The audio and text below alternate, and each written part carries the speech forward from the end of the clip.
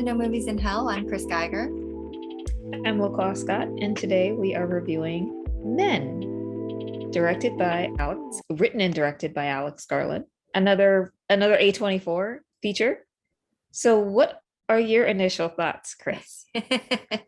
So we got to see this one together, which was nice, but we couldn't talk about it right after, which was hard. Because I had a lot of feelings after it was over. There were a number of things that we'll call out, and Men just came out this weekend, so there will be a ton of spoilers in this conversation. So if you have not seen it yet, and they're going to, don't stop now and come back to this after you've seen it. I liked it. I thought it was, for a horror movie, I thought it was exceptionally well done. Production quality was high. Storyline was complex and interesting. Acting was great. Like, I would definitely recommend this to anyone who likes horror or kind of likes just really interesting perspectives on things. I had seen Ex Machina, but I had not seen Annihilation. I liked Ex Machina. I was definitely pro this movie. Yeah, I would have to say I like it as well. I thought overall it was really well done. I thought the special effects were amazing. They were just very, it's a complicated story, visual effects, the body horror that comes with a lot of, I feel like, recent Alex Garland films or written films like Annihilation, for example. This is beyond, where I think that this film takes it to a level where the last 15 minutes are just so uncomfortable. And then I think you realize or hopefully you realize what's happening. And there's just there's no explanation for it. It's very, for the events that happen, but overall you're seeing kind of this evolution of a person and how they are, how things are interpreted, and you don't know if it's kind of a cerebral experiment or what they're going through. But I feel like as a woman, you go through kind of these microaggressions every single day, and this manifested so perfectly well in kind of this main character, Harper, who takes a trip to the countryside to get away from a lot of things that she's been dealing with. And it just is it's almost like a bottle of things that happen, and you see this face of this person, the landlord, come through on every aspect of, the men in the of this village. So it's intense. But also it's kind of like that horror, like not just like gross, gory stuff, but also this situational horror, like psychological horror that people have to go through every single day. Right. Definitely. It was like the horror of the familiar. Yes. So I thought it was interesting too. Like, it seems like a really complex story, but it's not, in that it was very sort of primitive man. There are a number of complicated things, right? She has this backstory of what happened to her before she decided to go to the country. Mm-hmm. And then she gets to the country, she sees the apple tree and she picks the apple, right? That is very biblical Adam and Eve shit right there. Like, yep. And then she gets told, oh, you can't eat the apple, after she's already like picked it off the tree. Yes. So then that starts down the path, right? So there's this, and the photography, the cinematography, it's beautiful. She's in this sort of fairy tale house out in the countryside. It's this beautiful like scenery. She goes out for a walk, right? It is very sort of Garden of Eden-ish. Mm-hmm. And then she runs into this man who she doesn't ever actually confront, but he chases her, right? And then she feels lost, and she goes, and then she sees him again when she's taking the picture. And I feel like every man she encounters after that takes on some sort of stereotype of men, like male behavior, right? Like, and certainly this doesn't apply to all men, of course, like but like I think for the story's sake, she runs into, so Jeffrey, right, who's her landlord, he's like the very caring, sort of paternal until he's not. And then yes, guy she confronts or sort of wakes up when she is yelling into the bridge. He's very like primitive man, very sexually driven, right? Like he is just sort of procreation, like that's the primal instinct. Then she runs into the police officer who doesn't really believe her. He's just like, well, I don't know. I mean, you saw this guy. He's not really stalking you. You just saw him. Like, I don't even know if he saw you, is like one of the lines that he says. Like, you saw him twice. I don't even know if he saw you once. So he doesn't believe her and is very dismissive. Then there's the child that she runs into in the behind the church who wants to play a game, but when she doesn't want to play with him, then he, calls her a stupid bitch, right? So he's very like aggressive and when he doesn't get what he wants.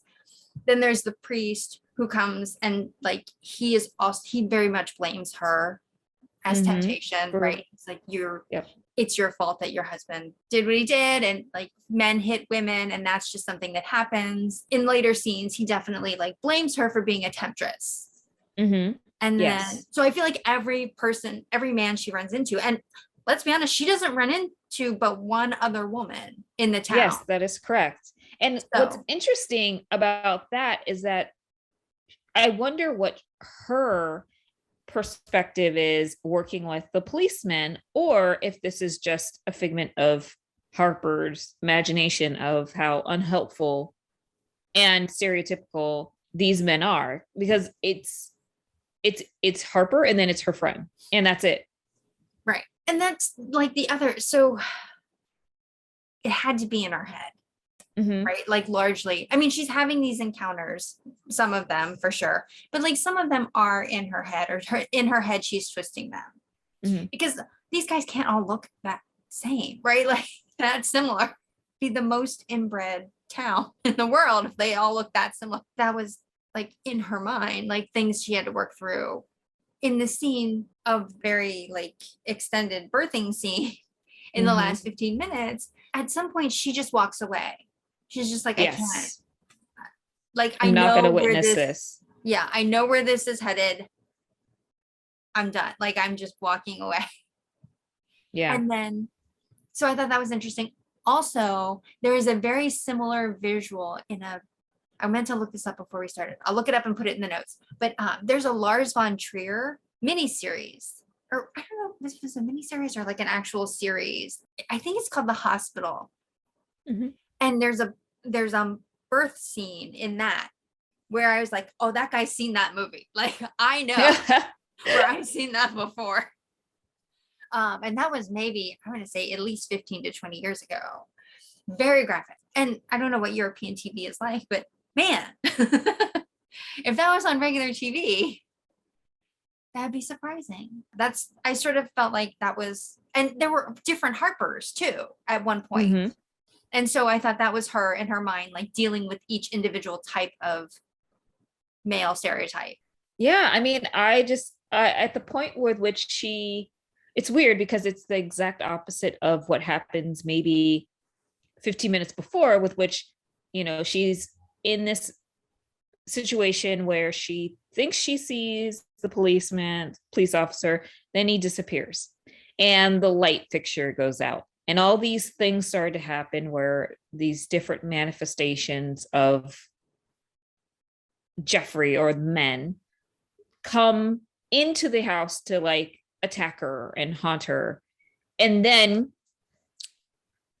it kind of like she tries to leave. And then it just, it comes back to the point where she's basically walking away of like, this is not my problem, and walks away. And then at the end deals with it with like, kind of, what part don't you understand that this is not my problem? I did like the scene where at one point she was just like, what are you?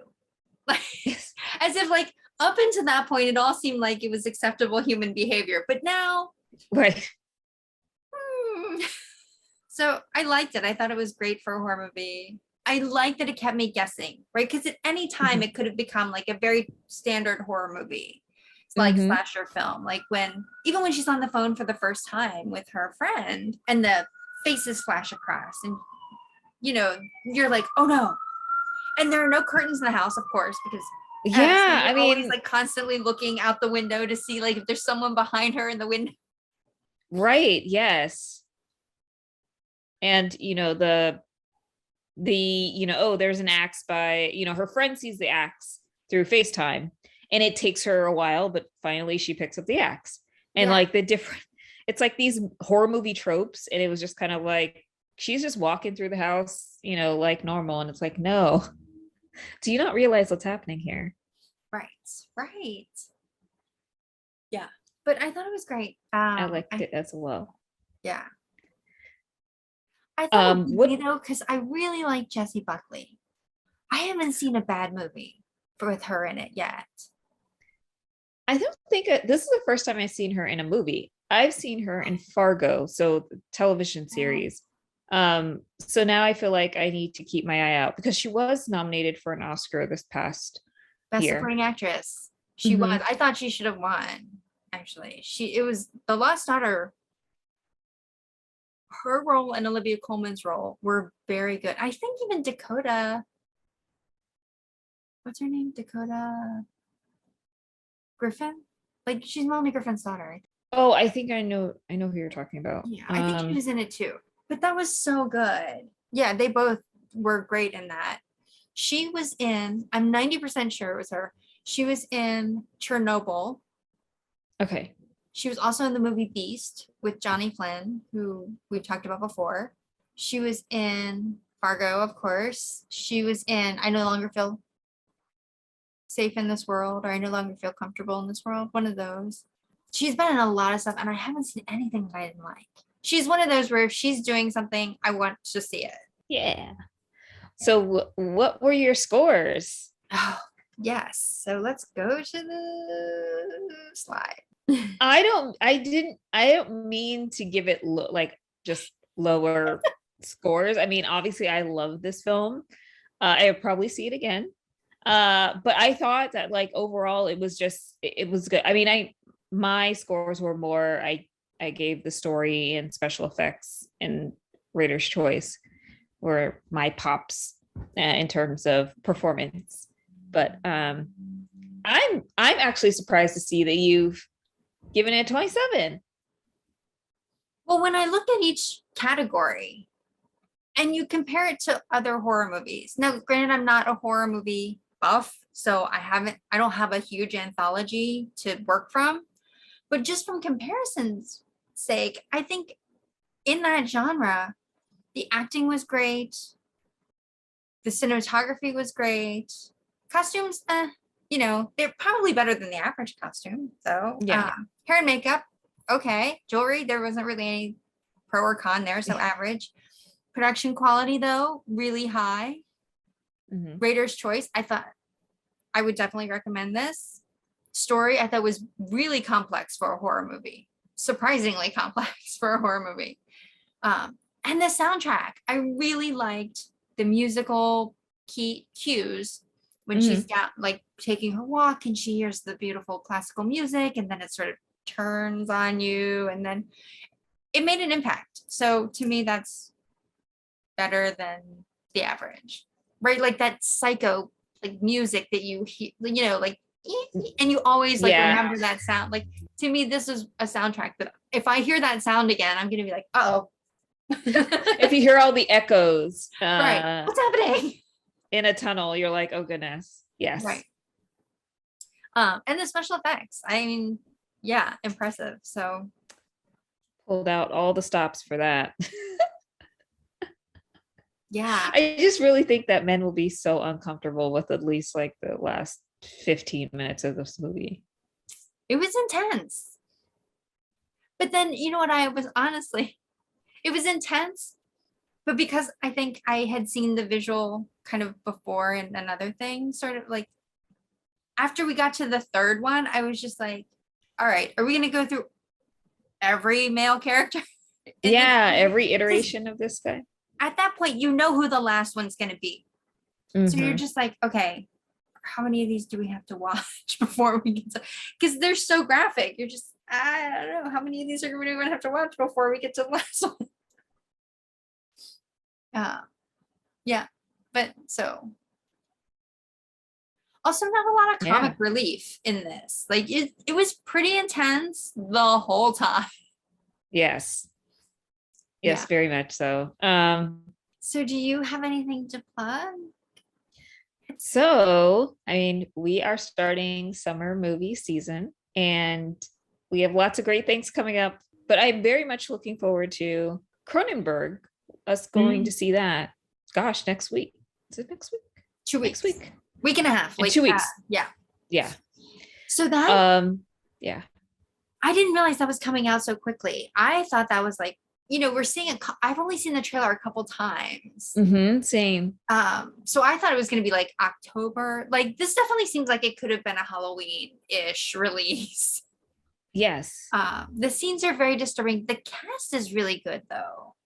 And I don't know. I'm worried that like some of these scenes are going to live with me for a long time because they're so like disturbing. So we'll see. But I hope that the story supports the graphics.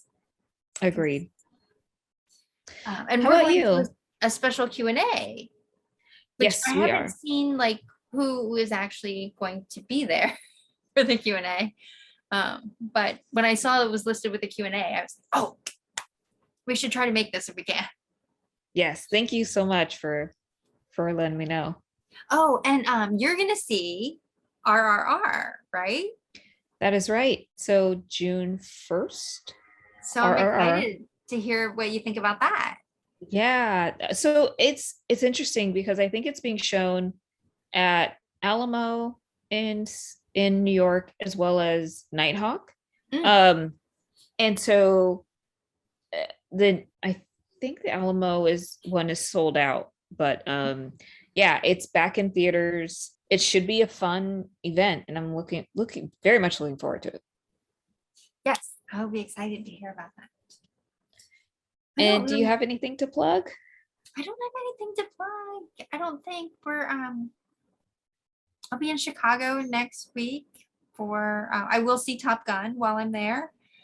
With my friend Jessica, who was also our special guest coming out of the that's right.